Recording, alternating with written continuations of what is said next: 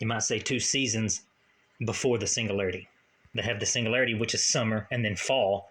Fall is now, the current observable universe, and the singularity when everything began. But there's nothing prior to that they have none of it.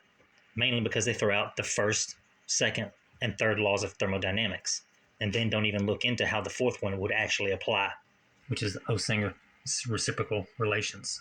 Meaning there's a point where it gets into absolute zero and equilibrium where it just can't work in reverse. But that's not true because of the conservation of energy. And energy and mass go hand in hand. So wherever you have energy as a whole in space, you still have mass. Even though it's not in a massive state, it's energy.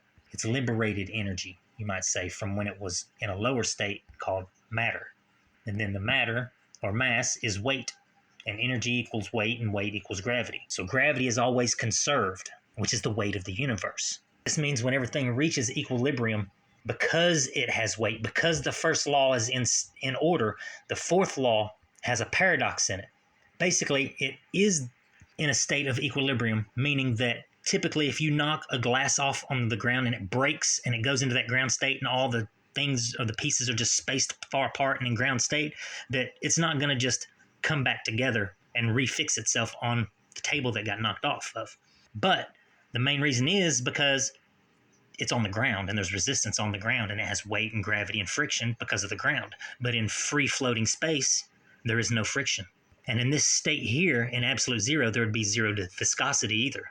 So in this aspect, because it has weight and because of conservation of energy, it has no choice but to recollapse. Now let's just put it this way. Say the first law of thermodynamics doesn't even exist. Whenever energy is burned up and liberated into the space that it came from, it just disappears, doesn't exist anymore. Meaning by the time the universe does end and everything is at this absolute zero state, it's just a vacuum of space and there's no particles or anything in it, not even quantum fluctuations. Meaning now there can be no universe. There's nothing there.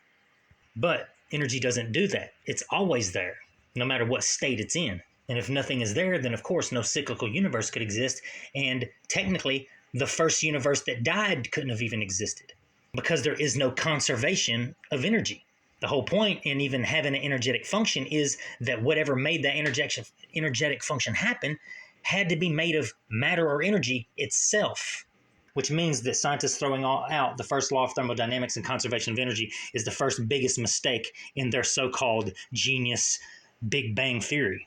I'm not saying the Big Bang theory isn't true, but there's a whole, well, let's say there's 2 seasons missing in this aspect. We have the new moon or the nighttime completely missing, along with the third quarter, spring and dawn. And all they have is summer and fall. That's it.